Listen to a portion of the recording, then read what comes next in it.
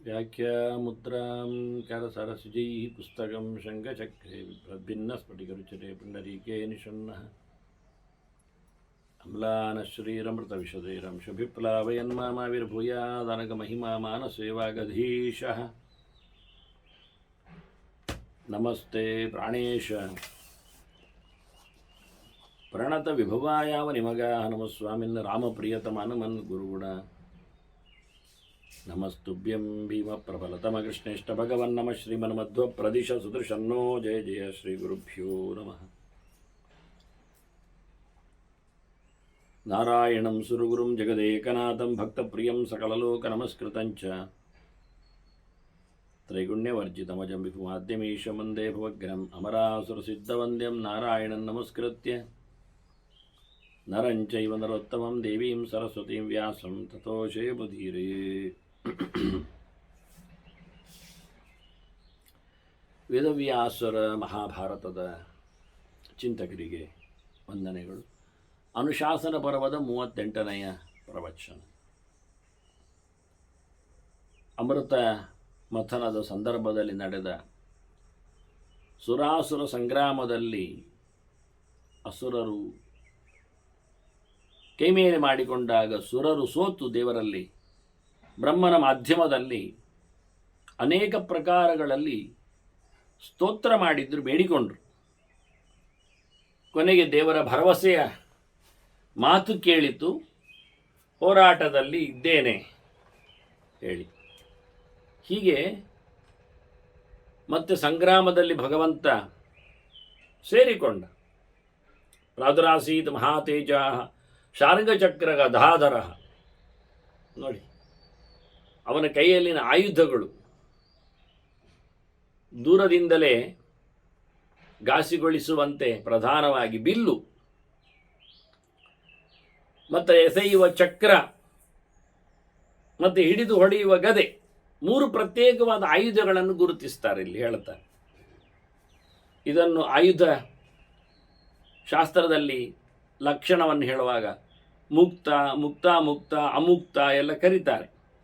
ಅಂದರೆ ಅಮುಕ್ತ ಅಂದರೆ ಬಿಡಲಾರದ್ದು, ಕೈ ಬಿಡದೆ, ಬಿಡುವುದಿಲ್ಲ. ಗದೆ ಬಿಡುವುದಿಲ್ಲ, ಗದೆ ಹಿಡ್ಕೊಂಡೇ ಹೊಡೆಯುವುದು. ಕತ್ತಿ ಹಿಡ್ಕೊಂಡೇ ಹೊಡೆಯುವುದು. ಬಿಡಬಾರದು ಅಂತಲ್ಲ, ಬಿಟ್ಟರೆ ಒಂದು ತೊಂದರೆ ಉಂಟು.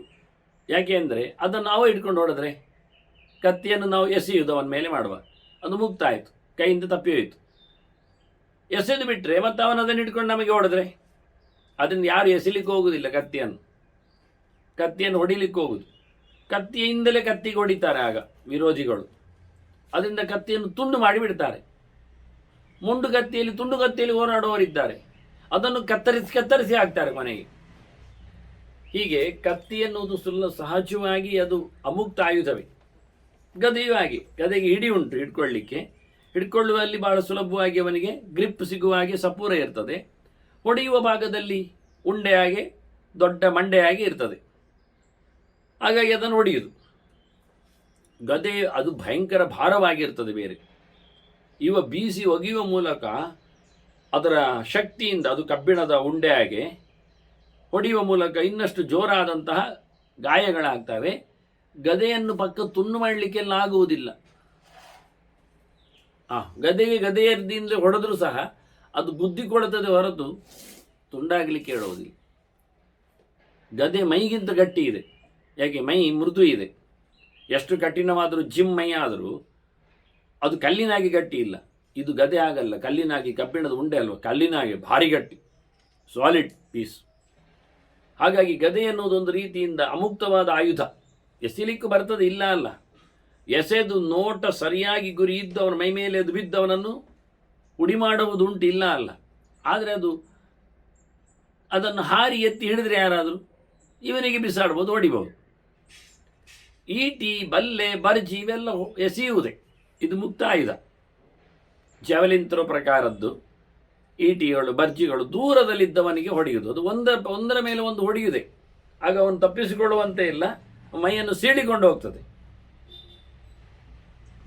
ಅದನ್ನು ಕೈಯಲ್ಲಿ ಹಿಡ್ಕೊಂಡು ಆಡಬಹುದು.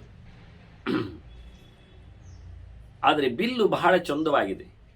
ಬಿಲ್ಲು ಕೈಯಲ್ಲಿ ಇರ್ತದೆ, ಬಾಣ ಬಿಟ್ಟು ಹೋಗ್ತದೆ. ಅದನ್ನ ಬಿಲ್ಲಿನ ಕಥೆಯಲ್ಲಿ, ಧನುರ್ವಿದ್ಯೆಯಲ್ಲಿ ಅದ್ಭುತವಾದ ವ್ಯವಸ್ಥೆ. ಬಾಣಗಳು ಏಕಪ್ರಕಾರವಾಗಿ ಹೋಗುವುದೇ, ಅದರಲ್ಲಿ ಹಿಡ್ಕೊಂಡು ಚುಚ್ಚಬಾರದು ಅಂತ ಏನಲ್ಲ ವಿಷಯ. ಆದರೆ ಅದನ್ನು ಸಜ್ಜುಗೊಳಿಸಿದ್ದೇ ಬಿಲ್ಲಿನ ಮೂಲಕ ಅದು ಹೋರಾಡಲಿಕ್ಕೆ, ಓಡಾಡಲಿಕ್ಕೆ. ಅದನ್ನು ಶಾರಂಗವನ್ನು ಎತ್ತಿ ಹಿಡಿದ, ಬಿಲ್ಲನ್ನು ತೋರಿಸಿಕೊಂಡ, ಜೊತೆಯಲ್ಲಿ ಚಕ್ರ ಇದೆ. ಚಕ್ರ ಇದು ವಿಚಿತ್ರ, ಅದು ಭಗವಂತನ ಆಯುಧ. ವಿಶೇಷವಾಗಿ ಅದು ಬಿಸಾಡಿದರೆ ಮತ್ತೆ ಹಿಂದಕ್ಕೆ ಅವನ ಕೈಗೆ ಬರ್ತದೆ. ಅದು ಒಂಥರ ಡಿಸ್ಕಿನ ಹಾಗಿಟ್ಕೊಳ್ಳಿ, ಅದು ಬೂಮರ್ಯಾಂಗ್ ಸ್ಟೈಲ್ ಅಂತ ಇವತ್ತು ಹೇಳ್ಬೋದು ಬೇಕಾದ್ರೆ.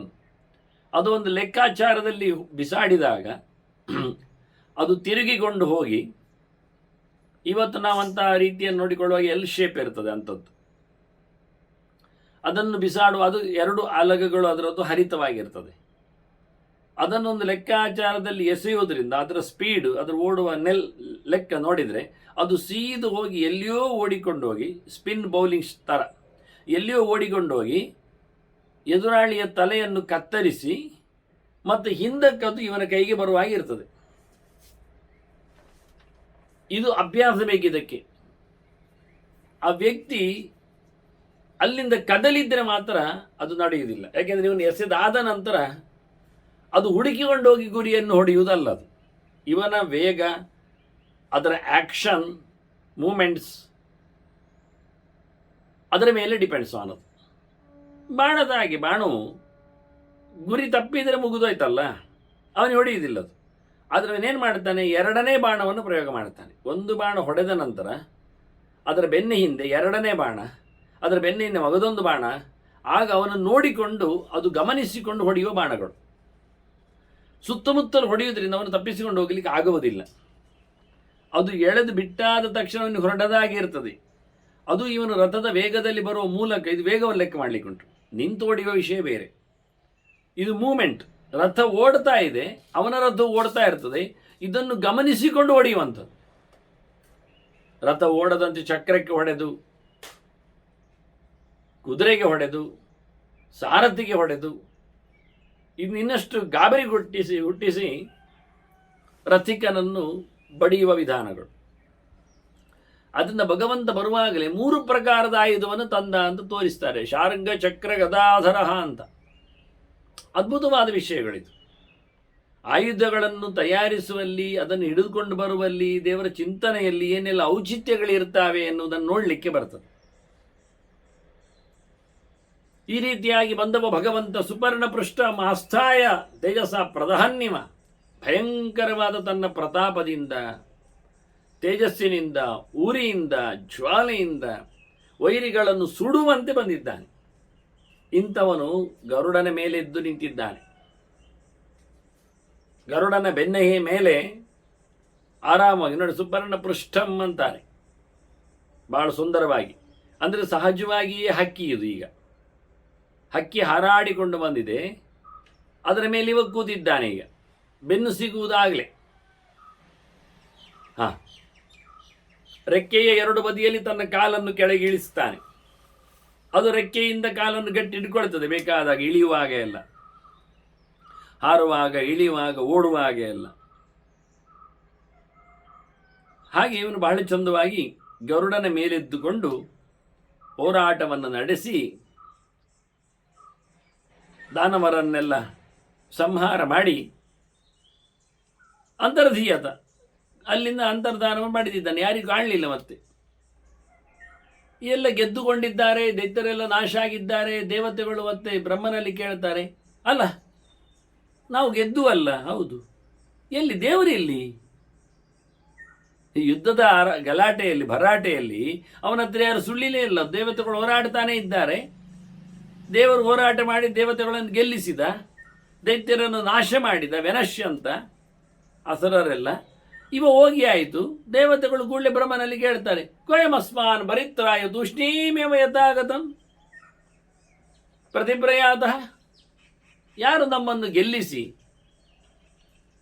ರಕ್ಷಣೆ ಮಾಡಿ ಯುದ್ಧದಲ್ಲಿ ಏನೂ ಮಾತಾಡದೆ, ಏನೂ ಗೊತ್ತಾಗದೆ ಬಂದಾಗಿ ಹೋಗಿಬಿಟ್ನಲ್ಲ, ಯಾರವನು ದಿವ್ಯಾತ್ಮ, ಅದ್ಭುತವಾದ ಪರಾಕ್ರಮ ಶರೀರ ತೇಜಸ್ಸುಳ್ಳ ಆ ವ್ಯಕ್ತಿ ಯಾರು ಅಂತ ಕೇಳಿಕೊಳ್ತಾನೆ. ಆಗ ಚತುರ್ಮುಖ ಅವರಿಗೆ ಪದ್ಮನಾಭನ ಬಗ್ಗೆ, ಸೃಷ್ಟಿ ಆರಂಭದಲ್ಲಿದ್ದ ಭಗವಂತ ಹೇಗೆ ರೂಪವನ್ನು ತಾಳಿದು ಬರ್ತಾನೆ ಅನ್ನೋದರ ಬಗ್ಗೆ ಹೇಳಿದ ಅಂತ ಹೇಳಿ ಚಿಂತನೆಯನ್ನು ಕೇಳಿಕೊಂಡ ಭೀಷ್ಮರು ಹೇಳುತ್ತಾರೆ ವಾಸ್ತವವಾಗಿ ಧರ್ಮರಾಜನಿಗೆ. ಉವಾಚ ಪದ್ಮನಾಭಸ್ಯ ಪೂರ್ವರೂಪಂ ಪ್ರತಿ ಪ್ರಭೋ. ಪದ್ಮನಾಭನ ಪೂರ್ವರೂಪದ ಬಗ್ಗೆ ಒಂದಿಷ್ಟು ಮಾಹಿತಿಯನ್ನು ಕೊಟ್ಟ ಚತುರ್ಮುಖ. ಮತ್ತು ಯಾರು ಏನು ಅಂತೆಲ್ಲ ಕೇಳಿದ್ದಕ್ಕೆ ಉತ್ತರ ಹೇಳ್ತಾನೆ. ನಖೇನಂ ವೇದ ತತ್ವೇನ ಭುವನಂ ಭುವನೇಶ್ವರಂ. ದೇವರ ಅರಿವು ಸರಿಯಾಗಿ ಯಾರಿಗೂ ಗೊತ್ತಿಲ್ಲ, ಪೂರ್ಣವಾಗಿ ಯಾರೂ ತಿಳ್ಕೊಂಡಿಲ್ಲ.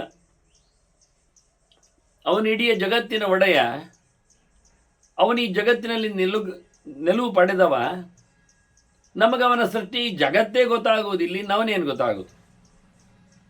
ಅವನ ಇರುವಾಗಲಿ ಅವನ ಹರವು ಆಗಲಿ ನಮಗೆಂದು ಬರಲು ಸಾಧ್ಯ? ನಮಗೆಲ್ಲಿದೆ ಅದರ ಅರಿವು ಅಂತಾನೆ.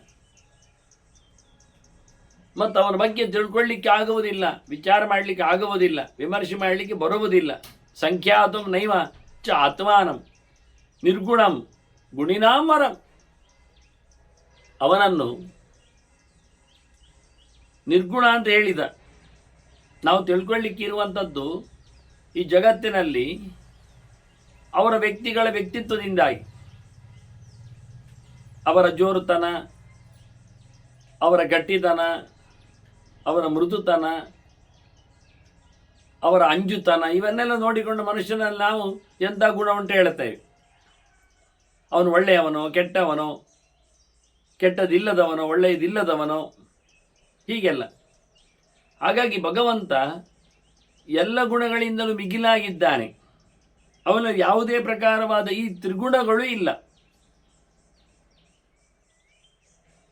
ಲೌಕಿಕವಾದ ಭಾವಗಳು ಅವನಲ್ಲಿಲ್ಲ, ಆ ದೇಹವು ಅವನಲ್ಲಿಲ್ಲ. ಅದು ಪ್ರಕೃತಿಯ ಧರ್ಮಗಳು, ಗುಣಲಕ್ಷಣಗಳು. ಇವ ಪ್ರಕೃತಿಯ ಆಚೆ ಇರುವುದರಿಂದ, ಇವನ ದೇಹದಲ್ಲಿಯೂ ಆ ಪ್ರಕೃತಿಯೇ ಇಲ್ಲದೆ ಇರುವುದರಿಂದ ಭಗವಂತನನ್ನು ಮೊದಲೇ ತ್ರೈಗುಣ್ಯ ವರ್ಜಿತಂ ಅಂತ ಕರೆದಿದ್ದಾರೆ. ಇಲ್ಲಿಗೆ ಮತ್ತೆ ಅವನನ್ನು ತಿಳಿಸ್ತಾ, ಅವನು ನಿರ್ಗುಣ ಮತ್ತು ಎಲ್ಲ ಗುಣಗಳುಳ್ಳವರಲ್ಲಿ ಅತ್ಯಂತ ಪ್ರಶಸ್ತ ಶ್ರೇಷ್ಠ ಇವನ ಬಗ್ಗೆ ಹಿಂದೊಮ್ಮೆ ಮಾತುಕತೆ ನಡೆದಿತ್ತು. ಹಿಮಾಲಯದಲ್ಲಿ ಬಹಳ ದೊಡ್ಡ ಮಟ್ಟದ ಋಷಿಗಳೆಲ್ಲ ಸೇರಿಕೊಂಡು ವೇದಾಂತ ಚಿಂತನೆಯನ್ನು, ಭಗವದ್ ಜಿಜ್ಞಾಸೆಯನ್ನು ನಡೆಸ್ತಾ ಇದ್ರು. ಆಗ ಅಲ್ಲಿ ಗರುಡ ಬಂದವನು ನೋಡಿದ ಇವರ ಸಭೆ ಸಮಾರಂಭವನ್ನು ನೋಡಿದ. ಅಲ್ಲಿ ಇಳಿದ ಅಂದ್ರೆ ಅವನು ಹಾರತ ಹೋಗಿರ್ತಾನಲ್ಲ. ಇವರ ನಡುವೆ ಇಳಿದಾಗ ಅವರಿಗೆ ಗೌರವ ಕೊಟ್ಟುಕೊಂಡು ಇಳಿದಾಗ ಅವರೆಲ್ಲ ಬಂದು ಇವನಿಗೆ ಸ್ವಾಗತವನ್ನು ಕೊಟ್ಟರು, ಬರಮಾಡಿಕೊಂಡ್ರು, ಮಾತಾಡಿದ್ರು. ಮತ್ತೆ ಕೇಳಿದರು ಋಷಿಗಳೆಲ್ಲ, ನಿನ್ನ ಹತ್ರ ನಾವು ಪ್ರಶ್ನೆ ಮಾಡುತ್ತೇವೆ ಅಂತ ಹೇಳಿ. ಅಂದರೆ ಬಂದ ತಕ್ಷಣ ಪ್ರಶ್ನೆ ಮಾಡುವುದಲ್ಲ, ಪ್ರಶ್ನೆ ಮಾಡ್ತೇವೆ ಅಂತ ಹೇಳಿಕೊಳ್ಳಬೇಕು. ಈಗ ಸೀದಾ ಮನೆಗೆ ಬರುವುದಿಲ್ಲ, ಹೇಗೋ ಹಾಗೆ ಬರ್ತೇನೆ ಅಂತ ಫೋನ್ ಮಾಡಿ ಬರುವುದಿಲ್ವ ಹಾಗೆ. ಸೀದಾ ಬಂದರೆ ಏನಾಗ್ತದೆ ಹೇಳಿ? ಸೀದಾ ಬಂದರೆ ಯಾರು ಇಲ್ಲದೆ ಇದ್ರೆ ಏನು ಮಾಡ್ತಾರೆ? ಸೀದಾ ಹೋಗ್ಬೇಕಾಗ್ತದೆ. ಅಷ್ಟೇ ಅಲ್ಲದೆ ಸೀದಾ ಬಂದರೆ ಮನೆಯಲ್ಲಿ ಕಂಡೀಷನ್ ಏನು ಗೊತ್ತಿಲ್ಲಲ್ಲ. ಯಾರೋ ಮನೆ ಮಂದಿಗೆ ಹುಷಾರಿ ಇರದೇ ಇರಬಹುದು, ಅದು ಎಲ್ಲಿಯೋ ಆಸ್ಪತ್ರೆಯಲ್ಲಿ ಅಡ್ಮಿಟ್ ಆಗಿರಬಹುದು, ಅದು ಇನ್ನೇನೋ ಅವರ ಮನೆಯ ಪರಿಸ್ಥಿತಿಯಲ್ಲಿ ಹೆಚ್ಚು ಕಡಿಮೆ ಇದ್ದಿರಬಹುದು.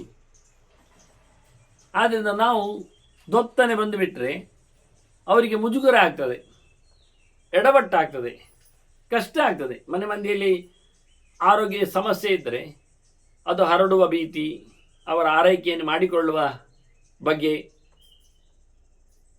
ಇವೆಲ್ಲ ತುಂಬ ಕಷ್ಟ ಅನಿಸ್ತದೆ. ಅವರು ಬೇಕಾದರೆ ಖಾಲಿ ಇನ್ವಿಟೇಷನ್ ಕೊಡಲಿಕ್ಕೆ ಬರಲಿ, ಇಲ್ಲಾದರೆ ಇಟ್ಟು ಹೋಗುವ ಅಂತ ಯೋಚನೆ ಮಾಡಿದ್ದೆ.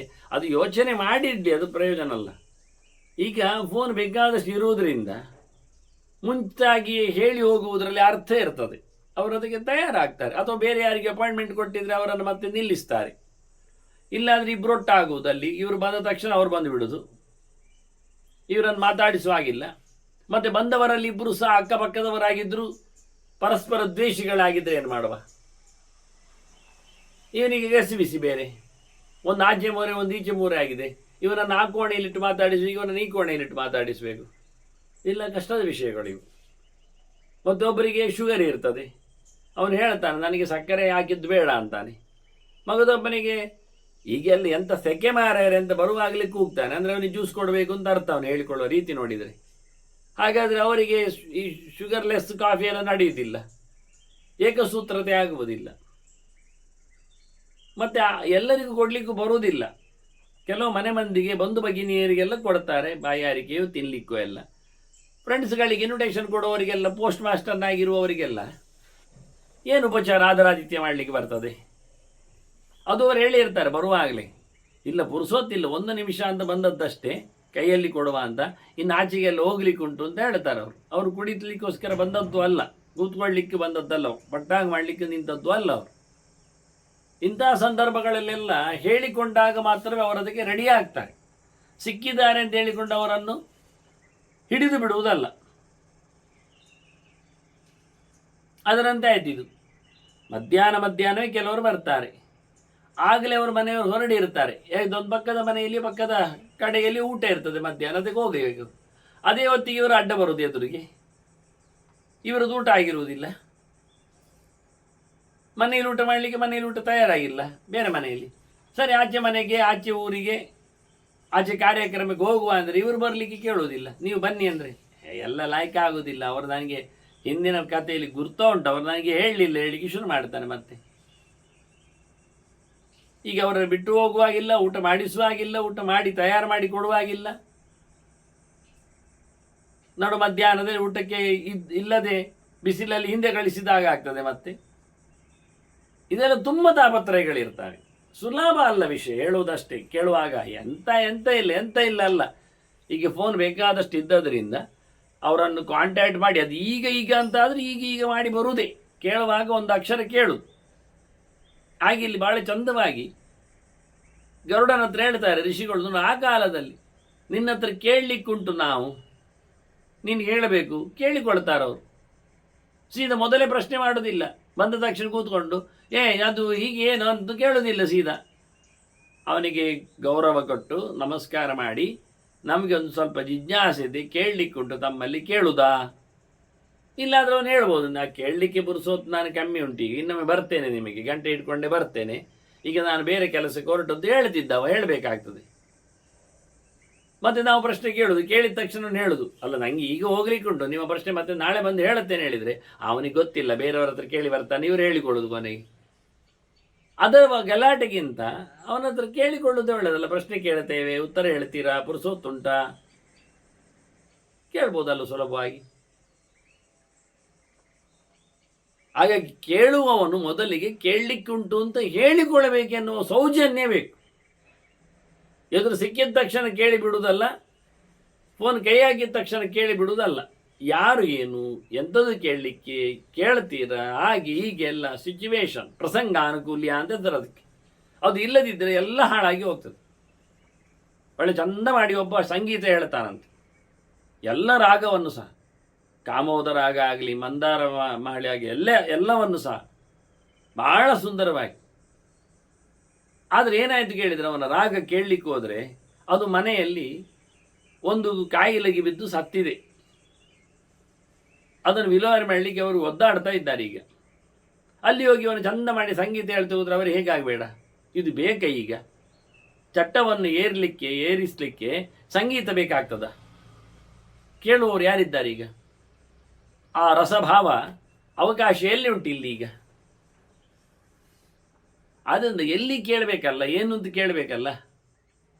ರೋಗಗ್ರಸ್ತನಾದವನಿಗೆ, ಊಟ ಸೇರದವನಿಗೆ, ಅವನಿಗೆ ತಟ್ಟೆಯಲ್ಲಿ ಹಾಕಿಕೊಂಡು ನಿನಗೆ ನಾನು ಚಂದವಾದ ಉಪನಿಷತ್ತು ಪ್ರವಚನ ಮಾಡ್ತಾ ಇರ್ತೇನೆ, ನಿಧಾನ ಊಟ ಮಾಡಾಯ್ತು ಹೇಳಿದರೆ ಯಾರಿಗೆ ಬೇಕು ಕೇಳ್ತಾನವ? ಊಟ ಸೇರ್ತಾ ಇಲ್ಲ, ನಿತ್ರಾಣ ಬೇರೆ ಆಗಿದೆ, ಒಂದು ವಾರದಿಂದ ಒದ್ದಾಡ್ತಾ ಇದ್ದೇನೆ ಹೇಳ್ತಾನೆ.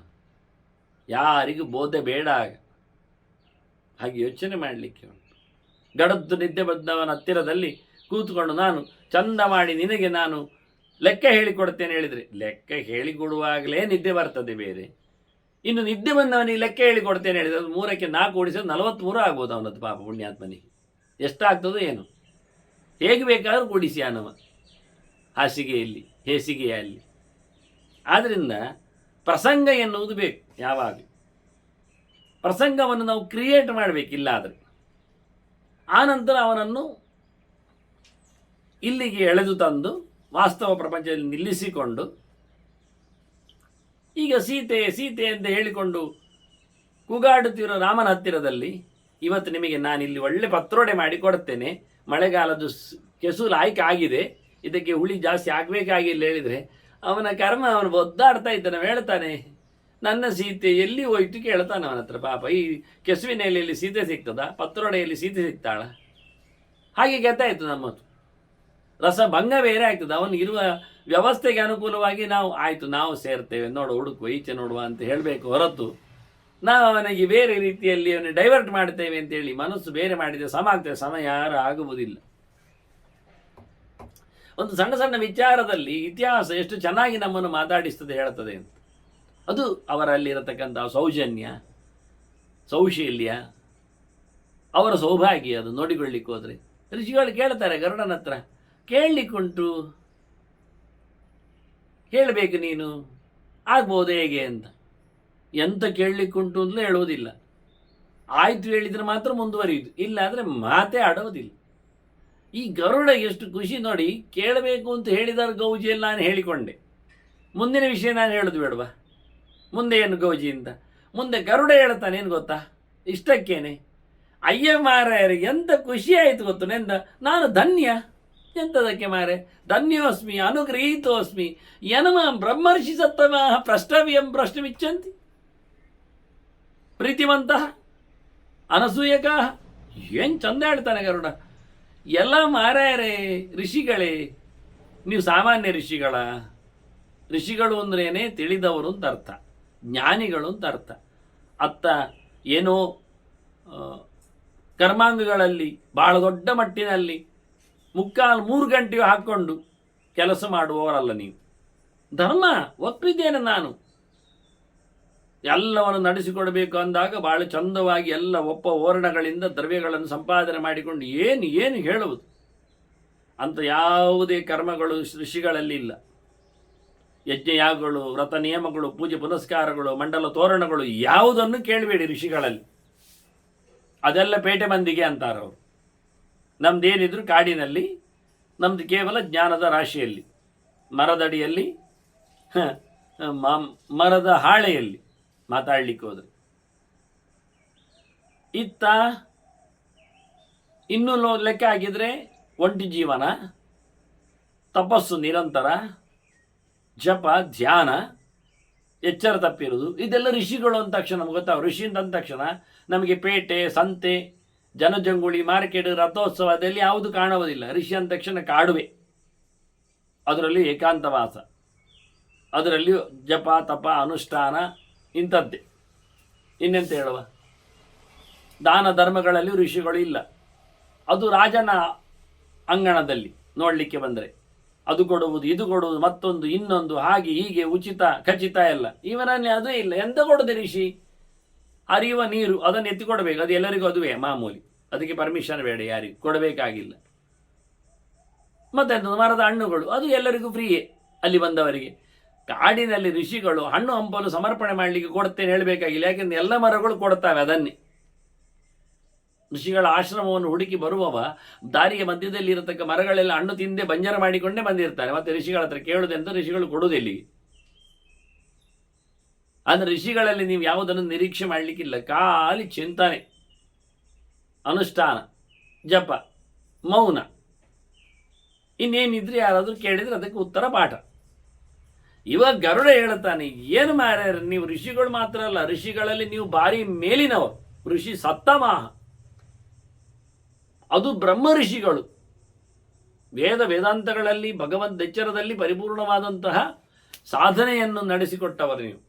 ಭಾರಿ ಎತ್ತರ ಕಾಲಿ ಋಷಿಗಳು, ಕಾಲಿ ಬ್ರಹ್ಮ ಋಷಿಗಳಲ್ಲದೆ ಬ್ರಹ್ಮ ಋಷಿ ಸತ್ತಮರು ನೀವು.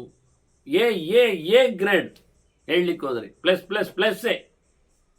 ಇಂಥ ವ್ಯಕ್ತಿಗಳು ನೀವು ನನ್ನನ್ನು ಕೇಳಲಿಕ್ಕುಂಟು ಅಂತ ಹೇಳ್ತೀರಲ್ಲ ಮಾರೆ. ನನ್ನನ್ನು ಏನವ ಬ್ರಹ್ಮರ್ಷಿ ಸತ್ತಮ ಪ್ರಶ್ನವೇಂ ಪ್ರಶ್ನಮಿಚ್ಚಂತಿ, ಕೇಳಬೇಕು ಅಂತ ನೀವು ಪ್ರಶ್ನೆ ಹಾಕಿಕೊಂಡದ್ದುಂಟಲ್ಲ, ಅದು ನನ್ನಲ್ಲಿ ನೋಡಿ ಗಮ್ಮತ್ ನೋಡಿ ಗರುಡನದ್ದು. ನಾನು ಅದಕ್ಕೆ ಪಕ್ಷಿ ಸಮೀಕ್ಷೆ ಅಂತ ಸುಮಾರು ಒಂದು 100 ಗಟ್ಟಲೆ ಲೇಖನ ಬರೆದಿದ್ದೇನೆ. ಇನ್ನೂ ಒಂದು 100 ಆಗ್ತದೆ, ಬರಿತಾ ಇದ್ದೆ. ನನಗಿಂತ ಎಡೆಯಲ್ಲಿ ಕೂತ ಗರುಡ ಕಾಣುವುದು ಭಾರಿ ಖುಷಿಯಲ್ಲಿ. ಪ್ರಾಣನ ನಂತರದಲ್ಲಿನ ತತ್ವವೇ ಗರುಡಲ್ವನ, ಅದು ಯೋಚನೆ ಮಾಡೋದು ಬೇಡವ ನಾವು ಎಲ್ಲಿದ್ದಾನೆ ಅಂತ. ದೇವರು ಮುಗಿದ ಬೆಳಗ್ಗೆ ದೇವರ ಪೂಜೆ ಆಗ್ತದೆ ಸರಿ, ದೇವರ ನಂತರದಲ್ಲಿ ಪ್ರಾಣನ ಉಪಾಸನೆ, ಅವನನ್ನು ಬಿಟ್ಟರೆ ಮತ್ತೆ ಗರುಡನತೆ ಉಪಾಸನೆ ಇರುವುದು. ತತ್ಸಮಾನಾಗಿ ಶೇಷ ಇದ್ದಾನೆ ಬಿಡಿ, ಅವನ ಆಸನ ಇವನು ವಾಹನ, ಇಬ್ಬರು ಸಮಾನರೇ. ಬ್ರಹ್ಮನಿಗೆ ಪ್ರಾಣ ಸಮ ಇದ್ದಾನೆ ಸರಿ ಹೇಳಿಕೊಂಡು ಬ್ರಹ್ಮನ ಪೂಜೆ ಇಲ್ಲ, ಹಾಗಾಗಿ ನಾವು ಪ್ರಾಣನೊಬ್ಬನದ್ದೇ ಪೂಜೆಯಲ್ಲಿ ಮುಗಿದು ಹೋಗ್ತದೆ. ಈಗ ಏನೆಲ್ಲ ಸೇರಿಸಿಕೊಂಡು ಪ್ರಾಣನ ಪಕ್ಕದಲ್ಲಿ ಎಲ್ಲರನ್ನು ನಿಲ್ಲಿಸಿ ಎಲ್ಲ ಪೂಜೆ ಪುನಸ್ಕಾರ ಉದ್ದ ಮಾಡಲಿಕ್ಕೆ ಶುರು ಮಾಡಿದ್ದಾರೆ, ಅದು ತಪ್ಪು. ಅದಿಲ್ಲ, ಪ್ರಾಣ ಸಮನಾದ ಬ್ರಹ್ಮ ಮಾತ್ರ, ಅವನಿಗೆ ಪೂಜೆ ಇಲ್ಲ ಆಗಿದೆ, ಅದನ್ನು ಪ್ರಾಣನಿಗೆ ಮಾತ್ರ ಪೂಜೆ ಆಗ್ತಾ ಇದೆ. ಇಲ್ಲಿ ಗರುಡ ಸಮನಾಗಿ ಶೇಷ ಇದ್ದಾನೆ, ಆದ್ದರಿಂದ ಅವನ ಪೂಜೆ ಉಳಿದಿದೆ. ಅವನಿಗೆ ಪೂಜೆ ಯಾರು ಸಹ ಪೂಜೆ ಮಾಡಲಿಕ್ಕೆ ನಿನಗೆ ಆಗುವುದಿಲ್ಲ ಅಂತ ಶಾಪ ಕೊಟ್ಟಿಲ್ಲ, ಅದರಿಂದ ಶೇಷ ಪೂಜೆ ಗರುಡ ಪೂಜೆ ಉಳಿದಿದೆ. ಮತ್ತೆ ಸಮ ಇದ್ದಾನೆ ರುದ್ರ ಅಂತ ಹೇಳಿಕ್ಕೆ ಹೋಗ್ಬೇಡಿ, ರುದ್ರನೇ ಶೇಷ, ಅವನ ಸೆಕೆಂಡ್ ರೋಲ್ ಅದು. ಹೀಗಾಗಿ ಗರುಡ ಶೇಷ ಸಮ ಅಂತ ಹೇಳಿಕೊಂಡು ಅವರನ್ನು ಒಂದೇ ಕಡೆಯಲ್ಲಿ ಒಂದೇ ತಟ್ಟೆಯಲ್ಲಿ ಒಂದೇ ಪೀಠದಲ್ಲಿ ಇಡುವುದಿಲ್ಲ. ಗರುಡ ಆಚೆ ಬದಿ ಇರ್ತಾನೆ, ಶೇಷ ಈಚೆ ಬದಿ ಇರ್ತಾನೆ. ಸ್ವಲ್ಪ ಗಮನಿಸಿ ನೋಡಿ ಹೇಗಿರ್ತದೆ ಅಂತ. ಅವನ ಕಥೆಯೇ ಬೇರೆ, ಇವನ ಕಥೆಯೇ ಬೇರೆ. ಅವನು ಜೇಯ ವಿಷ್ಣುಷ್ಟು ಪೃಷ್ಠತಃ ಅಂತ, ಶೇಷನನ್ನು ನೋಡಲಿಕ್ಕೆ ದೇವರ ಹಿಂಬದಿಯಲ್ಲಿ ಹೋಗ್ಬೇಕು, ಅಲ್ಲಿ ಕೂತಿರ್ತಾನೆ ಅವನ ಆಸನ. ಗರುಡನನ್ನು ನೋಡಲಿಕ್ಕೆ ದೇವರ ಎದುರು ಹೋಗ್ಬೇಕು, ಪುರತಃ ವಿಷ್ಣುಷ್ಟು ಪುರತಃ, ದೇವರ ಎದುರಲ್ಲಿ ಬರಬೇಕು. ಅವನು ಹೊರಡಿರ್ತಾನೆ ಗರುಡ ವಾಹನನಾದ್ರಿಂದ. ಆದರೆ ಇಬ್ಬರನ್ನು ಒಟ್ಟು ಸೇರಿಸಿ ತಟ್ಟೆಯಲ್ಲಿ ಇಟ್ಟುಕೊಂಡು ಅವರಿಗೆ ಮಂಡೆಗೆ ಪಂಚಾಮೃತ, ದೊಂಡೆಗೆ ಇದೆಲ್ಲ ಹಾಕುವುದು ಎಲ್ಲಿ ಬರ್ತದೆ? ಆಗುವುದಿಲ್ಲ. ದೊಂಡೆ ಹಾಕುವಾದರೂ ಪಾಪ ಭಾರಿ ಕಷ್ಟ ಉಂಟು ಮಾರ. ಯಾಕೆ ಒಂದೇ ತಟ್ಟೆಯಲ್ಲಿಟ್ಟು ಇಬ್ಬರಿಗೆ ಒಟ್ಟಿಗೆ ಊಟದ ವ್ಯವಸ್ಥೆ, ಅದು ಹೇಗೆ ಅವರು ತಿನ್ನಬೇಕಾ? ಒಬ್ಬ ಕೊಕ್ಕಿನಲ್ಲಿ ತಿನ್ನುವುದು, ಒಬ್ಬನ ಅಕ್ಕಿ ತಿನ್ನುವುದು, ಒಬ್ಬನ ನಕ್ಕುವಿಕೆ, ಒಬ್ಬನ ಕೊಕ್ಕುವಿಕೆ. ಇದನ್ನು ಹೇಗೆ ಗಮನಿಸ್ತೀರಿ ನೀವು? ಇವನಿಗೆ ಚೊಂಬಿನಲ್ಲಿ ಕೊಡಬೇಕು, ಅವನಿಗೆ ಬಟ್ಟಲಲ್ಲಿ ಇಡಬೇಕು. ಇವರದ್ದು ಸಮರ್ಪಣೆ ಒಂದೇ ನಮನೆ ಆಗುವುದು ಹೇಗೆ? ನನಗೆ ಅರ್ಥ ಆಗುವುದಿಲ್ಲ. ಅದು ಪ್ಲೇಟಿನಲ್ಲಿ ತಂದಿದ್ರೆ ಅದು ಹಾವು ಮಾತ್ರ ನಕ್ಕಿ ಹೋಗ್ತದೆ, ಚೊಂಬಿನಲ್ಲಿ ತಂದಿಟ್ರೆ ಅದು ಕೊಕ್ಕ ಹಾಕಿ ಗರುಡ ಕುಡಿದು ಬಿಡ್ತಾನೆ, ಗುಳುಮ್ ಮಾಡ್ತಾನೆ. ಸಮ ಇಲ್ಲದ ಊಟ, ಸಮ ಇಲ್ಲದ ಪೂಜೆ ಪುನಸ್ಕಾರ, ನಿಜವಾಗಿ ಹೇಳುವುದಾದ್ರೆ ಸಮ ಇಲ್ಲದ ಪಾಠ ಮತ್ತೆಂಥದ್ದು. ಅದು ನಿಜವಾಗಿ ಎಚ್ಚರದಲ್ಲಿ ಕೊಂಡ್ರೆ ಇಂಥದ್ದೆಲ್ಲ ಆಗುವುದಿಲ್ಲ. ಎಚ್ಚರ ತಪ್ಪಿ ಓದಿರಬೇಕು ಹೆಚ್ಚಾಗಿ, ಅದೇ ತಪ್ಪಾಗುವುದು. ಕೆಲವರೆಲ್ಲ ಹೇಳಿಕೊಳ್ಳುವುದುಂಟಲ್ಲ, ನಮಗೆ ಅದು ಅದರಲ್ಲಿ ಸಿಕ್ಕಿದೆ ಇದರಲ್ಲಿ ಬಂದಿದೆ ಅಂತ, ಹಾಗಾಯ್ತು ಕತೆ ವಾಸ್ತವವಾಗಿ ನೋಡಿಕೊಂಡು. ಆದ್ದರಿಂದ ಗರುಡನ ಬಗ್ಗೆ ಒಂದು ಅಧಿಕೃತವಾದ ಚಿಂತನೆ ಇರಲಿ ಅಂತ ಪುರಾಣ ಪ್ರಪಂಚಗಳ ವೇದವ್ಯಾಸರ ಸೃಷ್ಟಿ ಎಷ್ಟು ಚೆನ್ನಾಗಿರ್ತದೆ ಅಂತ ಇಲ್ಲಿ ಹೇಳ್ತಾರೆ ವ್ಯಾಸರು. ಇಲ್ಲಿ ಬಂದಾಗ ಗರುಡ ಹೇಳ್ತಾನೆ, ನನಗೆ ಒಂದು ಖುಷಿಯಾಗಿದೆ ಮಾರ್ಯಾರೆ ಋಷಿಗಳೇ ಅಂತಾನೆ. ಧನ್ಯೋಸ್ಮಿ, ನನಗೆ ದೊಡ್ಡ ಕೊಪ್ಪರಿಗೆ ಸಿಕ್ಕಿದಾಗ ಆಗಿದೆ, ಭಾರಿ ಖುಷಿಯಾಗಿದೆ. ಅಂದರೆ ಗರುಡನ ಹತ್ರ ಯಾರು ಮಾತಾಡಿಸುವುದಿಲ್ಲವೋ ಅಂತ ಅನಿಸ್ತದೆ ನಮಗೆ. ಅಂದರೆ ಇವನು ಋಷಿಗಳ ಮೇಲಿನ ಬಹುಮಾನವನ್ನು, ಅಂದರೆ ಗೌರವವನ್ನು ತೋರಿಸ್ತಾ ಇದ್ದಾನೆ. ಅವರು ಕಾಡಿನಲ್ಲಿ ಮಾಡಿಕೊಂಡು ಕಷ್ಟಪಟ್ಟುಕೊಂಡು ಭಗವದ್ ಎಚ್ಚರ ಸಂಪಾದನೆ ಮಾಡುವ ರೀತಿ ನೋಡಿಕೊಂಡ್ರೆ ಏನು ಅದ್ಭುತ ಅನಿಸ್ತದೆ. ಇದು ವಿಷಯ. ಸಣ್ಣ ಮಗುವೊಂದು ಚಂದ ಮಾಡಿ ಅಡುಗೆ ಮಾಡಿತ್ತು ಅಂದರೆ ಅದು ಬೆನ್ನು ತಟ್ಟಬೇಕಾದ್ದು. ಅದೇ 25-50 ವರ್ಷ ಸರ್ವೀಸ್ ಆದವು ಅಡುಗೆ ಮಾಡಿದ ಹೇಳಿದ ತಕ್ಷಣ ಅದರಿಂದ ಸಂಗತಿ ಕೇಳ್ತೇನೆ. ಹಾಗೆ ಯಾರ ಪ್ರಯತ್ನ, ಯಾರ ಇನ್ವಾಲ್ವ್ಮೆಂಟ್, ಯಾರ ತಾದಾತ್ಮ್ಯ, ಯಾರ ಎಚ್ಚರ ಅದು ಹೆಚ್ಚು ಇರ್ತದೆ ಅಂತ ಅದನ್ನು ಗಮನಿಸಬೇಕಾದ ವಿಷಯ ಇಲ್ಲಿ. ಹಾಗೆ ಗರುಡ ಈ ಋಷಿಗಳನ್ನು, ಅವರ ತಪಸ್ಸನ್ನು, ಅವರ ಪ್ರಯತ್ನವನ್ನು, ಅದಕ್ಕಾಗಿ ಅವರು ತಮ್ಮ ಜೀವನವನ್ನು ಮುಡಿಬಿಟ್ಟ ಬಗೆಯನ್ನು ಯೋಚನೆ ಮಾಡಿಕೊಂಡು ಹೇಳುತ್ತಾನೆ, ನನಗೆ ತುಂಬ ಇಷ್ಟ ಆಯಿತು ಅಂತ. ನನಗೆ ನೀವು ಮಾಡಿದ ಅನುಗ್ರಹ ಅಂತ ತಿಳ್ಕೊಳ್ತೇನೆ ಅಂತ. ಅನುಗ್ರಹಿತೋಸ್ಮಿ, ಇದು ನನಗೆ ನೀವು ಮಾಡಿರತಕ್ಕಂಥ ಒಂದು ದೊಡ್ಡ ಅನುಗ್ರಹ, ನನ್ನ ಮೇಲೆ ನಿಮಗಿರತಕ್ಕಂಥ ಒಂದು ಒಳ್ಳೆಯ ಕಾಳಜಿ, ಹಾಗಾಗಿ ನೀವು ಕೇಳಿದರ ಧನ್ಯತೆ ಉಂಟಲ್ಲ, ಅದು ವಿಷಯ. ನನಗೆ ದುಡ್ಡು ಸಿಕ್ಕಿದಾಗಿ ಕೇಳ್ತೇನಲ್ಲ, ಯಾವುದು ಧನ ಗೊತ್ತುಂಟ? ಅದು ಯಾರು? ದೇವರು. ಪ್ರಷ್ಟವಿಯಂ ಪೃಷ್ಟವಾನ್ ಪ್ರಷ್ಟಮಿಚ್ಚಂತೆ. ನೀವು ನನ್ನ ಹತ್ರ ಕೇಳಲಿಕ್ಕೆ ಹೊರಟದ್ದು ಕೇಳಬೇಕಾದವನನ್ನು, ಅದು ವಿಷಯ. ಕೇಳಬೇಕಾದ್ದನ್ನು ಕೇಳಿದ್ರಿ ಅಲ್ಲ, ಏನೇನೋ ಕೇಳೋದಲ್ಲ. ಬಂದ ತಕ್ಷಣ ಎಲ್ಲಿಂದ ಬಂದೆ, ಹೇಗೆ ಉಂಟು ಇವತ್ತು ಸಂತೆ ವ್ಯಾಪಾರ, ಆಚೆ ಕಡೆಯಿಂದವ, ವ್ಯವಸ್ಥೆ ಎಷ್ಟಾಗಿದೆ, ಇಷ್ಟು ದೊಡ್ಡ ತೆಂಗಿನಕಾಯಿಗೆ ಎಷ್ಟು ಕೊಡ್ತಾರಂತೆ, ಇದೆಲ್ಲ ಕೇಳಿದ್ರೆ ಅಡಿಕೆ ಎಷ್ಟು ಬರ್ತದೆ ಬಾಯೊಳಗೆ ಹಾಕ್ಕೊಳ್ಳುವಾಗ, ಇದೆಲ್ಲ ಕೇಳೋದು. ಹೌದು, ಇದು ಬೇಕಾ? ಎಷ್ಟಾದರೂ ಒಂದೇ ಅಲ್ವಾ? ಕಾಕಸ್ಯ ಗತಿವಾದಂತಹ ಅಂತ ಹೇಳಿಕೊಂಡಾಗೆ, ಕಾಗೆಗೆ ಎಷ್ಟು ಹಲ್ಲುಂಟು, ಕಾಗೆಗೆ ಎಷ್ಟು ಹಲ್ಲಿದ್ರೇನು ಇಲ್ಲದಿದ್ದರೆ ನಿಮಗೆ ಪ್ರಯೋಜನ ಏನಾಗ್ತದೆ? ಅದನ್ನ ಪ್ರಯೋಜನ ಏನಾಗಲಿಲ್ಲ. ಪ್ರಯೋಜನ ಇಲ್ಲದ ಕೆಲಸಕ್ಕೆ ಹೇಳಿ ಏನು ಬರುವುದಿಲ್ಲ. ಕಾಗೆಗೇನು ಗೊತ್ತಾಗ್ತದ ನಿಮ್ಮ ರಿಸರ್ಚ್ಗಳು? ಅದು ಅದರಿಂದ ಏನಾದರೂ ನಿಮ್ಮದು ಹೊಟ್ಟೆ ತುಂಬುತ್ತದ? ಅದು ನಿಮಗೇನಾದರೂ ಸ್ವರ್ಗ ಬೇಗ ಸಿಗ್ತದ? ಅದು ನೀವೇನು ಸುಖದಲ್ಲಿ ಬಲಗ್ತೀರಾ? ಅದು ನೀನು ಕೇಳಬೇಕಾದ ಸಂಗತಿಯನ್ನು ಕೇಳಿದ್ದರಿಂದ ನನಗೆ ತುಂಬ ಖುಷಿ ಆಯಿತು. ನೋಡಿ, ಸಾಮಾನ್ಯವಾಗಿ ಕೆಲವರು ಕೇಳುವುದಿಲ್ಲ. ಯಾಕೆ ಅಂದರೆ ಒಂದು ಗಮ್ಮತ್ತುಂಟು. ಎರಡು ರೀತಿಯವರು ಕೇಳುವುದಿಲ್ಲ. ಒಂದು ಗೊತ್ತಿದ್ದವರು ಕೇಳುವುದಿಲ್ಲ, ಒಂದು ಗೊತ್ತಾಗಬೇಕು ಅಂತ ಇಲ್ಲದವರು ಕೇಳುವುದಿಲ್ಲ. ಇದು ಗಮ್ಮತ್ತು, ಭಾರಿ ಗಮ್ಮತ್ತು ಇರ್ತದೆ. ಏಕಾದಶಿ ಯಾವಾಗ ಅಂತ ಕೆಲವರು ಕೇಳ್ತಾರೆ. ಯಾಕೆ ಕೇಳ್ತಾರೆ ಅಂದರೆ ಅವರಿಗೆ ಏಕಾದಶಿ ಯಾವಾಗ ಅಂತ ಗೊತ್ತಿಲ್ಲ, ಕನ್ಫ್ಯೂಸ್ ಉಂಟು ಅವರಿಗೆ. ಕೆಲವರು ನಾಳೆ ನಾಡದ್ದು ಹಾಗೆ ಹೀಗೆ ಅಂತ ಹೇಳ್ತಾರೆ ಅಂತ ಅವರಿಗೆ ಹೆಚ್ಚು ಕಮ್ಮಿ ಆಗಿದೆ. ಆದ್ದರಿಂದ ಅವರು ಕೇಳುದು. ಯಾಕೆ? ಅವರು ಮಾಡ್ತಾರೆ, ಅವ್ರಿಗೆ ಗೊತ್ತಿಲ್ಲ, ಉಪವಾಸ ಮಾಡ್ತಾರೆ. ಆದ್ದರಿಂದ ಅವರು ಕೇಳ್ತಾರೆ, ಕೇಳಿ ಸರಿಯಾಗಿ ಅದನ್ನು ತಿಳ್ಕೊಂಡು ನಡೆಸ್ತಾರೆ. ಆದ್ದರಿಂದ ಕೆಲವರು ಏಕಾದಶಿ ಕೇಳ್ತಾರೆ ಯಾವಾಗ ಅಂತ, ಯಾಕೆ ಅಂದರೆ ಅದನ್ನು ಸರಿಯಾಗಿ ನಡೆಸಬೇಕು ಅಂತ. ಇನ್ನು ಕೆಲವರು ಏಕಾದಶಿ ಯಾವಾಗ ಅಂತ ಕೇಳುವುದಿಲ್ಲ, ಯಾಕೆಂದರೆ ಅವ್ರು ಮಾಡುವುದಿಲ್ಲ. ಹಾಗೆ ಹೆಚ್ಚಿನವರೆಲ್ಲ ಪ್ರಶ್ನೆ ಕೇಳುವುದು ಯಾಕೆ ಅಂದರೆ ತಿಳ್ಕೊಂಡು ಹಾಗೆ ನಡೆಸಲಿಕ್ಕೆ. ಹೆಚ್ಚಿನವರೆಲ್ಲ ಕೇಳುವುದಿಲ್ಲ ಯಾಕೆ ಕೇಳಿದರೆ ಅವರಿಗೆ ಅದು ಬೇಡ.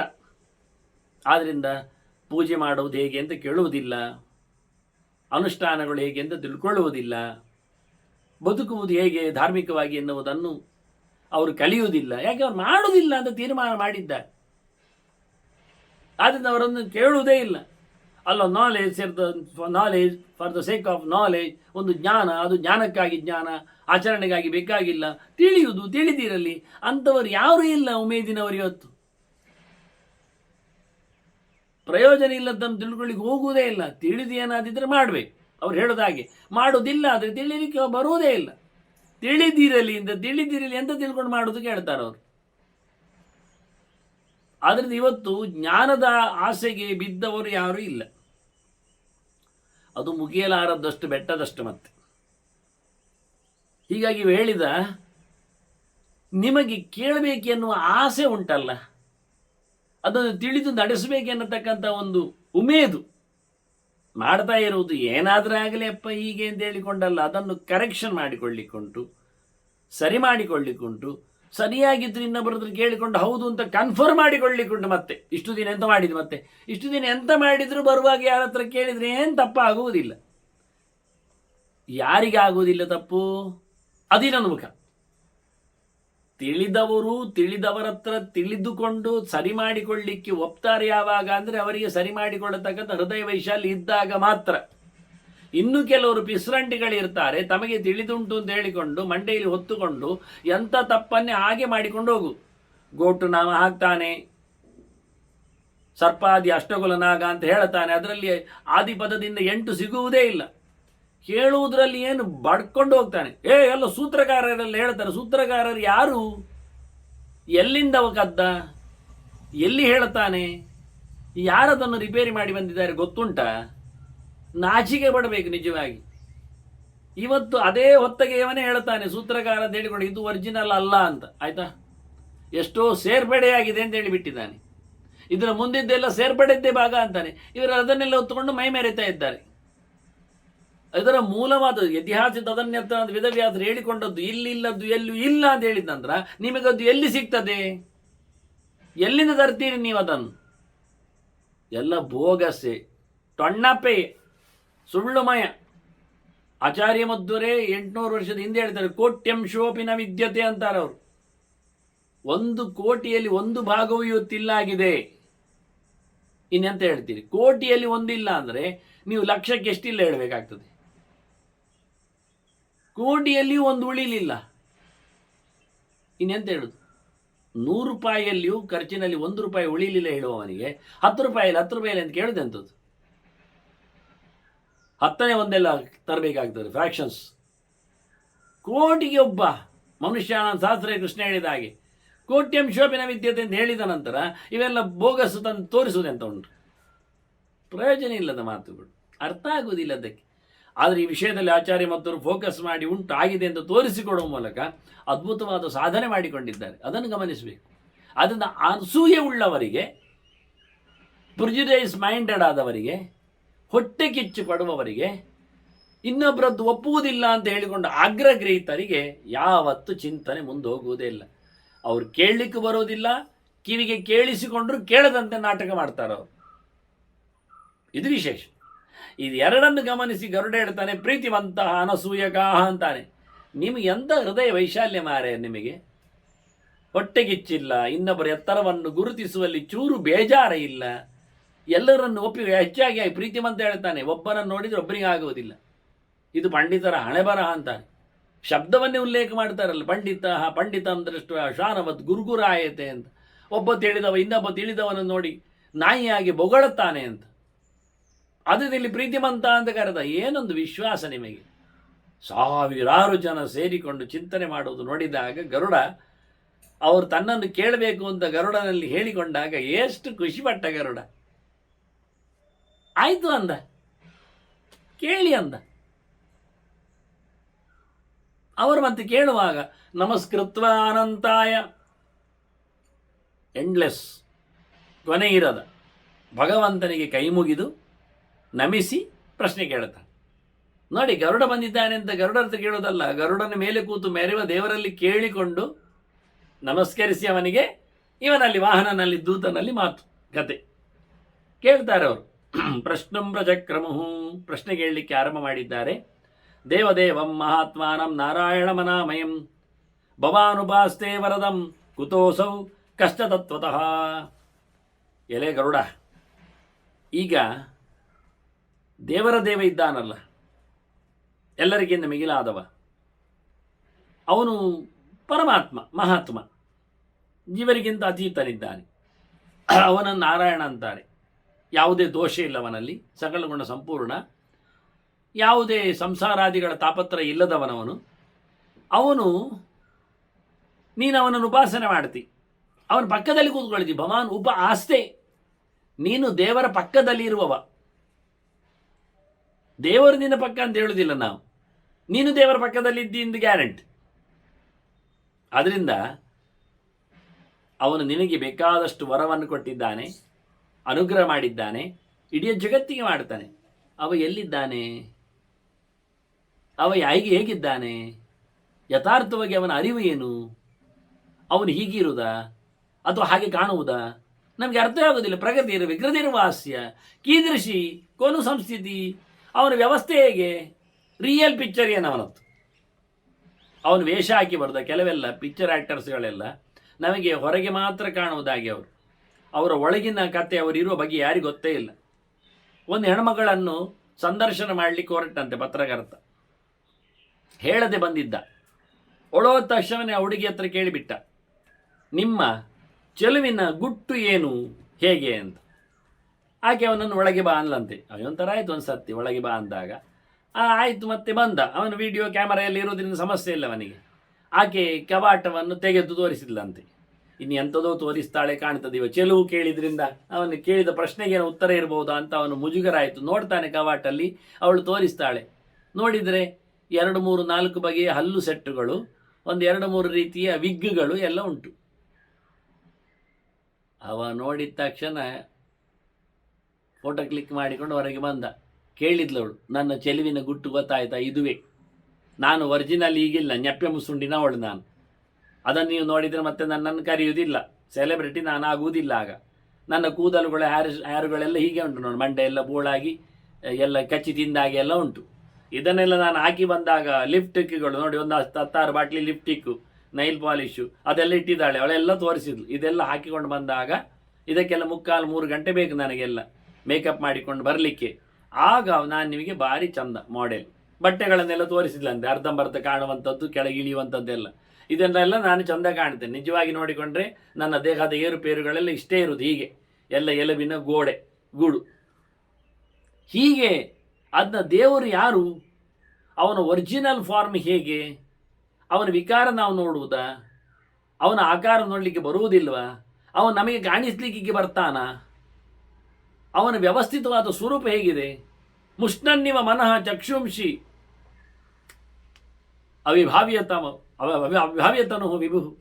ಅರ್ಥ ಮಾಡಲಿಕ್ಕೆ ಆಗದ ಒಂದು ದೇಹ ಅವನದ್ದು ಸ್ಟ್ರಕ್ಚರ್, ಆದರೆ ಸರ್ವತ್ರ ವ್ಯಾಪ್ತ ಇದ್ದಾನೆ ಅಂತ ಹೇಳೋದು ಕೇಳುತ್ತೇವೆ. ಅದು ಹೇಗೆ ಕಣ್ಣಿಗೆ ಕೋರೈಸ್ತದೆ, ಮನಸ್ಸಿಗೆ ಹೊಡ್ಕೊಳ್ಳುತ್ತದೆ. ಅನಾದಿ ಮಧ್ಯ ನಿಧನಃ, ತುದಿ ಮೊದಲು ಕಡೆ ಅಂತ ಇಲ್ಲವನಿಗೆ. ನವಿದ್ಮೈನಂ ಕುತೋಹ್ಯಸು, ಹೇಗೆ ಹೇಗೆ ಎಲ್ಲಿ ಇರ್ತಾನೆ ಎಂಥದ್ದು ನಮಗೆ ಅರ್ಥ ಆಗುವುದೇ ಇಲ್ಲ ಮಾರಾಯ. ಅಲ್ಲ, ವೇದದಲ್ಲಿ ಉಂಟಲ್ಲ, ಉಂಟು ವೇದದಲ್ಲಿ ಅರ್ಥ ಆಗಬೇಕಲ್ಲ. ವೇದೇಶ ಬೀಜ ವಿಶ್ವಾತ್ಮ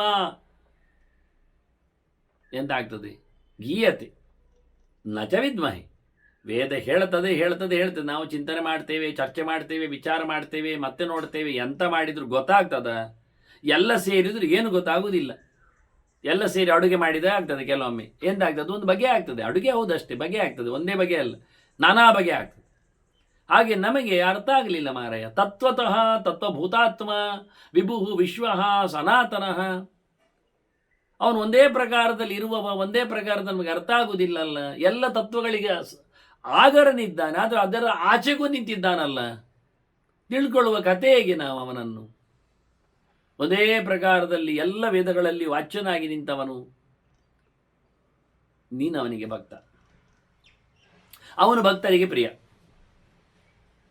ಭಕ್ತರಿಗೆ ಅವನು ಪ್ರಿಯ, ಅವನಿಗೆ ಭಕ್ತರು ಪ್ರಿಯ. ಆದ್ರಿಂದ ಏಷ ಭಕ್ತ ಪ್ರಿಯ ದೇವ ಪ್ರಿಯ ಭಕ್ತ ತಥೈವಚ. ಭಕ್ತರಿಗೆ ಅವನು ಪ್ರಿಯ, ಅವನಿಗೆ ಭಕ್ತರು ಪ್ರಿಯ. ಹೀಗಾಗಿ ತ್ವಂ ಪ್ರಿಯಶ್ಚ ಅಸ್ಯ ಭಕ್ತಶ್ಚ, ನೀನವನಿಗೆ ಪ್ರಿಯನೂ ಹೌದು, ಭಕ್ತನೂ ಹೌದು. ದೇವರಿಗೆ ಪ್ರಿಯ ನೀನು, ದೇವರ ಭಕ್ತ ನೀನು. ಹೀಗಾಗಿ ನಮಗೆ ತಿಳ್ಕೊಳ್ಳಿಕ್ಕೆ ಸುಲಭ ಆಗ್ತದೆ. ಹೆಚ್ಚಾಗಿ ಕೆಲವರೆಲ್ಲ ಹಾಗೆ ಮನೆಯ ವ್ಯಕ್ತಿಯ ಮಾಲಕನ ಮಾಹಿತಿಯನ್ನು ಅವನ ಚಾಲಕನಿಂದ, ಸೇವಕನಿಂದ ಪಡೆಯುವ ಕ್ರಮ ಅವ್ರು ಚೆನ್ನಾಗಿ ಗೊತ್ತಿರ್ತದೆ ಅಂತ. ಭೀಷ್ಮ ಹಾಗೆ ಮಾಡಿದ್ದಲ್ಲ. ಶಂತನು ರಾಜನ ಪರಿಸ್ಥಿತಿ ಏನು ಅಂತ ತಿಳ್ಕೊಳ್ಳಿಕ್ಕೆ ಅವನ ಗಾಡಿಯವನಲ್ಲಿ ಸಾರಥಿಯಲ್ಲಿ ಕೇಳಿದ್ದು, ಅವರು ಎಲ್ಲಿ ಹೋಗಿದ್ದಾರೆ, ಏನಾಗಿದೆ ಅಂತ. ಕೊನೆಗೆ ಅವರು ಮತ್ಸ್ಯಗಂಧಿಯ ಕಥೆಯನ್ನು ಹೇಳಿದ, ದಾಶರಾಜನ ಚಿಂತನೆಯನ್ನು ಕೊಟ್ಟ. ಅಲ್ಲಿ ಹೋಗಿ ಕೇಳಿಕೊಂಡು ಭೀಷ್ಮ ಅಪ್ಪನಿಗೊಂದು ಹುಡುಗಿ ಅಂತೇಳಿ ಕಾಳಿಯನ್ನು ತಂದು ಬಿಟ್ಟು ತಾನು ಭೀಷ್ಮನಾದ, ದೇವವ್ರತನಿದ್ದವ. ಅದು ಚರಿತೆ. ವಿಷಯ ಗೊತ್ತಾದ ಹೇಗೆ? ಶಂತನು ರಾಜನ ಗಾಡಿಯವನಿಂದ, ಚಾಲಕನಿಂದ, ಡ್ರೈವರ್ನಿಂದ ಗೊತ್ತಾದ. ಹಾಗೆ ಇಲ್ಲಿ ದೇವರ ವಾಹನ ಯಾರು? ಗರುಡ. ನೋಡಿ ಅವನು ಬಂದ ನೀತಿ ಹೇಗೆ ಉಂಟು, ಅವ್ರು ಕೇಳಿದ ಹೇಗೆ? ಅವನ ಮೇಲೆ ವಿಶ್ವಾಸ ಇಲ್ಲದಿದ್ದರೆ, ಲೋಕದಲ್ಲಿ ಎಲ್ಲ ಹಾಗೆ, ಇದೆಲ್ಲ ದೊಡ್ಡ ಕಥೆ ಆಗಿದೆ ಹಿಂದೆ. ಯಾಕೆಂದರೆ ಈ ಡ್ರೈವರು ಹಾಗಲ್ಲ, ಎಲ್ಲರಂತಲ್ಲ. ಗರುಡ ವಾಹನ ಹಾಗೆ ಹೇಳಿದ, ನಾನು ವಾಹನ ಅಂದರೆ ಚಾಲಕ ಅಂತ ಅರ್ಥ. ವಹತಿ, ನಿನ್ನ ಬದುಕನ್ನು ನಾನು ವಹಿಸಿಕೊಳ್ಳುತ್ತೇನೆ, ಹೊತ್ಕೊಂಡು ಹೋಗ್ತೇನೆ ಅಂತ. ಆಗ ದೇವರು ಹೇಳಿದ, ಹೌದಾ, ನಿನ್ನನ್ನು ಹೊತ್ಕೊಂಡು ಹೋಗಾರುದಾ? ಆಯ್ತು ಮಾರೆ, ಹಾರೀಗ ಅಂತ ಕೂತ. ಇವ ಞಪ್ಪೆ ನೆಲ ಹೊಂಡಾಗಿ ಕೆಳಗೆ ಹೋಗ್ತಾ ಇದ್ದಾನೆ ಗರುಡ, ಕಲ್ಲಿನ ನೆಲದಲ್ಲಿ. ಅವನು ದೇವರು ಕೂತಾಗ, ಮಾರಯ್ಯ ದಮ್ಮಯ್ಯ ಅಂದ. ಎಂತ ದಮ್ಮಯ್ಯ ಬೇಕಾ? ಮತ್ತೆ ಹಾರುವುದು ನೀನಲ್ಲ, ಹಾರುವುದು ನಾನು. ಮತ್ತೆ ನಾನು ಹಾರುವಾಗಿ ನಿನ್ನಲ್ಲಿ ಕೂತ್ಕೊಳ್ಳುತ್ತೇನೆ, ನಿನ್ನನ್ನು ಹಾರಿಸಿಕೊಂಡು ಹೋಗ್ತೇನೆ. ನೀನು ಎಣಿಸಿದ್ದು ಕಾಲು ನಾನು ಬಿಟ್ಟದ್ದು ಕೆಳಗೆ ಅಂತ. ನಾನು ಕಾಲು ಬಿಟ್ಟದ್ದು ನಿನ್ನನ್ನು ಹೊತ್ಕೊಂಡು ಹೋಗ್ಲಿಕ್ಕೆ, ಹೀಗೆ ಗ್ರಿಪ್ಪಲ್ಲಿ ಅಂತ. ನೀವು ಚಿಮುಟದಲ್ಲಿ ಇಟ್ಕೊಂಡಾಗಿ, ಇಕ್ಕೊಳದಲ್ಲಿ ಇಟ್ಕೊಂಡಾಗೆ. ದೇವರು ಕಾಲಿನಲ್ಲಿ ಗರುಡರನ್ನು ಇಟ್ಕೊಂಡು ಹಾರೋದು ಟ್ರೈಯ ಅಂತ. ಇದು ನಮ್ಗೆ ಗೊತ್ತಾಯ್ತಲ್ಲ ನಿಮಗೀಗ. ಇದು ಇಂದ್ರಜಾಲ ಮಾಡುವವರು, ಮ್ಯಾಜಿಷಿಯನ್ಸ್ ಕೈಯಲ್ಲಿ ಈ ಕಸಬರಿಕೆ ಇರ್ತದೆ, ಅದರ ಮೇಲೆ ಕೂತವರು ಡ್ರಾಯಿಂಗ್ ಹಾರೋದು ಕಾಣ್ತದೆ ನಮಗೆ. ಆಗ ಕಸಬರಿಕೆ ಹಾರೋದಲ್ಲ, ಕಸಬರಿಕೆ ಎತ್ಕೊಂಡವರು ಹಾರೋದು ಮರ್ಯಾದೆ ಹೋಗ್ಲಿಕ್ಕೆ. ಅದು ಯಾರಿಗೆ ಗೊತ್ತೇ ಇಲ್ಲ. ಎಲ್ಲರೂ ಯೋಚನೆ ಮಾಡೋದು ಅದು ಮಾರ್ಯಾರೆ ಮ್ಯಾಜಿಕ್ ಸ್ಟ್ರಿಕ್ ಅವನದ್ದು. ಆ ಟ್ರಿಕ್ ಅವನನ್ನು ಸ್ಟಿಕ್ ಹೊತ್ಕೊಂಡು ಹೋಗಿ, ಸ್ಟಿಕ್ ಅವನು ಹೊತ್ಕೊಂಡು ಹೋಗೋದು ಅದನ್ನು. ಹಾಗೆ ಇಲ್ಲಿ ಬಹಳ ಚಂದವಾಗಿ ಇದು ಎಲ್ಲ ವಾಹನದವರಂತೆ, ವಾಹನ ಚಾಲಕರಂತೆ ಅಲ್ಲ ಇವ, ದೇವರ ವಿಷಯವೇ ಬೇರೆ ವಾಸ್ತವವಾಗಿ. ಆದರೆ ಇವರು ಹೇಳ್ತಾರೆ, ನೀನಲ್ಲದಿನ್ ಯಾರು ಹೇಳುದು ಮಾರೆ, ನಾಣ್ಯ ಕಾಶ್ಯಪ ವಿದ್ಯತೆ. ಕಶ್ಯಪರ ಮಗನಾದ ಗರುಡನೇ ನೀನು ಹೇಳು, ಹೇಗಿದ್ದಾನವನು? ವಿಚಿತ್ರವಾದ ಲೋಕವಾದ ಸೃಷ್ಟಿಕಾರವ. ಜಾಯಂತೆ ತಾತ ತಸ್ಮಾದ್ಧಿ ತಿಷ್ಠತೆ ತೇಷಾಸು ವಿಭು. ಇಡೀ ಜಗತ್ತು ಅವನ ನಿರ್ಮಿತಿ. ನಿಜವಾಗಿ ತಿಳಿಯಬೇಕಾದ ಕತೆ ಅಲ್ವಾ? ಹಾಗೆ ಅಲ್ವಾ? ಅಥಾತೋ ಬ್ರಹ್ಮ ಜಿಜ್ಞಾತ ಅಂತ ಹೇಳಿ ತಿಳಿದೇ ಕೇಳಿದರೆ ಜನಮಾದ್ಯಸ್ಯೇತ ಅಂತ ಶುರು ಮಾಡಿದ್ದಲ್ಲ. ಜಗತ್ತನ್ನು ನೋಡಿ ದೇವರನ್ನು ತಿಳ್ಕೋ, ಈ ಸೃಷ್ಟಿಯನ್ನು ನೋಡಿ ದೇವರನ್ನು ಅರಿ, ಸಂಹಾರದ ಕತೆ ಕೇಳಿ ದೇವರ ಬಗ್ಗೆ ಎಚ್ಚರ ಆಗು, ಇರುವ ಕಥೆಗೆ ನೋಡು, ಎಲ್ಲ ಕಡೆ ತುಂಬಿದವನು ಯಾರು ಅಂತ. ಈ ಪಂಚಭೂತಗಳು, ಈ ಬುದ್ಧಿ ಮನಸ್ಸು, ಇವೆಲ್ಲ ತತ್ವಗಳು, ಇವೆಲ್ಲದಿಂದ ಸೃಷ್ಟಿಯಲ್ಲಿ ಬಂದವುಗಳು, ಇವುಗಳನ್ನು ನೋಡಿಕೊಳ್ಳುವ ತತ್ರ ಸ್ಥಿತೋ ವಿಷ್ಣು ತತ್ರ ಶಕ್ತಿ ಪ್ರಬೋಧಯನ್, ಅಲ್ಲಿ ಎಲ್ಲದರಲ್ಲಿ ಇದ್ದಾನೆ, ನೇಮಿಸ್ತಾ ಇದ್ದಾನಲ್ಲ, ಅವನ ಬಗ್ಗೆ ಹೇಳಬೇಕು ಅಂತ ಕೇಳಿದಾಗ ಗರುಡ ಹೇಳುತ್ತಾನೆ, ಬಹಳ ಕಷ್ಟದ ವಿಷಯ, ಕಾಣುತ್ತದೆ ಅಂತ ಹೇಳಲಿಕ್ಕೆ ಪೂರ ಆಗುವುದಿಲ್ಲ. ಸ್ಥೂಲತೋ ಯಸ್ತು ಭಗವಾನ್ ತೇನೈವ ಸ್ವೇನ ಹೇತುನಾ ತ್ರೈಲೋಕ್ಯಸ್ಯ ತು ರಕ್ಷಾರ್ಥಂ ದೃಶ್ಯತೆ ರೂಪಮಾಸ್ಥಿತ. ದೇವರನ್ನು ನಾವು ಸ್ಥೂಲವಾಗಿ ನೋಡಲಿಕ್ಕೆ ಬರ್ತದೆ, ಆದರೆ ಅದು ಅವನೇ ಕಾಣಿಸಿಕೊಳ್ಳುವುದರಿಂದ ಎನ್ನುವುದೊಂದು ಗ್ಯಾರಂಟಿ ಕಾರ್ಡ್. ನಾವು ಕಾಣಬೇಕು ಅಂತ ಕಾಣುವುದಿಲ್ಲ. ಯಮೈವೈಶ್ವರಣ ತೇತೇನ ಲಭ್ಯ ಅಂತ. ಅದಾಗಿಯೂ ಬರುವ ರೀತಿ ಹೇಗೆ ಕೇಳಿದರೆ, ಈ ಲೋಕದ ರಕ್ಷಣೆಗಾಗಿ ದೇವರು ಬರುತ್ತದೆ. ಮೂರು ಲೋಕದ ಜನರ, ಮೂರು ಲೋಕದ ರಕ್ಷೆಗೆ ಧರ್ಮ ಸಂಸ್ಥಾಪನಾರ್ಥಾಯ ಅಂತ ಬರ್ತಾನೆ. ಬರುವಾಗ ರೂಪ ತಳೆದು ಬರ್ತಾನೆ, ಇಷ್ಟ. ಅದು ಅವನಿಗಿಷ್ಟ, ಅವನು ಬೇಕಾದಾಗೆ ಬರುವುದು, ಬೇಕಾದ ರೂಪದಲ್ಲಿ ಬರುವುದು. ಆಗ ಕಾಣಿಸಿಕೊಳ್ತಾನೆ ನೋಡಿ, ಮತ್ಸ್ಯನಾಗಿ ಕಾಣಿಸಿಕೊಂಡಾಗಿ, ಹಯಗ್ರೀವನಾಗಿ ಕಾಣಿಸಿಕೊಂಡಾಗಿ. ಎಂಥ ವೇಷ, ಎಂಥ ರೂಪ, ಯಾವ ಬಗ್ಗೆ ಗೊತ್ತಿಲ್ಲ. ಲೋಕದ ರಕ್ಷಣೆಗೆ ಅವನು ಹಾಕಿಕೊಂಡು ಬಂದದ್ದೇ ಕತೆ. ಬರ್ತಾನೆ, ಪೂರ ಗೊತ್ತಾಗುವುದಿಲ್ಲ. ನಸ್ಮ ಶಕ್ಯ ಮಯಾ ವೇತ್ತಂ ನ ಭವದ್ಭಿಹಿ ಕಥಂಚನ. ನನಗೂ ಪೂರ ಗೊತ್ತಾಗುವುದಿಲ್ಲ, ನಿಮಗೂ ಪೂರ ಗೊತ್ತಾಗುವುದಿಲ್ಲ. ಪೂರ ದೇವರನ್ನು ತಿಳ್ಕೊಳ್ಳಿಕ್ಕೆ ಆಗುವುದಿಲ್ಲ ಎನ್ನುವುದು ಗ್ಯಾರಂಟಿ. ಒಂದ್ಸರ್ತಿ ಒಂದು ಘಟನೆ ಆಯ್ತು ನೋಡಿ. ನಾನು ಅಮೃತ ತರಲಿಕ್ಕೆ ಅಂತ ಹೊರಟಾಗ ಇಲ್ಲಿ ಎಲ್ಲ ಗಲಾಟೆ ಮಾಡಿದ್ದೆ ನಾನು ಭಯಂಕರವಾಗಿ, ಭಾರಿ ಜೋರಾಗಿ. ನಾನು ಆಚೀಚೆ ಹಾರಾಟ ಹೋರಾಟ ಎಲ್ಲ ಮಾಡಿದ್ದೆಲ್ಲ ಉಂಟು. ಉನ್ಮತ್ಯಾಹಂ ಗಿರೀಂಶೈವ, ಉನ್ಮತ್ಯಾಶು ಗಿರೀಂಶೈವ. ನಾನು ಬೆಟ್ಟ ಗುಡ್ಡ ಕೋಡುಗಳನ್ನೆಲ್ಲ ಹೊಡ್ಕೊಂಡು ಹಡದಾಡಿಕೊಂಡು, ವಿಕ್ಷೋಭ್ಯಚ ಮಹೋದದಿ, ದೊಡ್ಡ ಸಮುದ್ರವನ್ನ ಮೇಲೆ ಕಾರಿಸಿಕೊಂಡು, ನನ್ನ ಹಾರಾಟದ ವೈಭವವನ್ನು ನೋಡಿಯೇ ಗೌಜಿ ಆಗಿರ್ತದೆ. ಅತ್ತ ಕೈಯಲ್ಲಿ ಒಂದು ಕೂರ್ಮ, ಇತ್ತ ಕೈಯಲ್ಲಿ ಒಂದು ಆಮೆ, ಮತ್ತೆ ಕೊಕ್ಕಿನಲ್ಲಿ ಒಂದು ಗೆಲ್ಲು, ಅದರಲ್ಲಿ ನೇತಾಡುವ, ಇದೆಲ್ಲ ಗಮ್ಮತ್ ನೋಡಿಯೇ ಜನರಿಗೆ ಭಾರಿ ಔಚಿತ್ಯ ಕಂಡಿತ್ತು.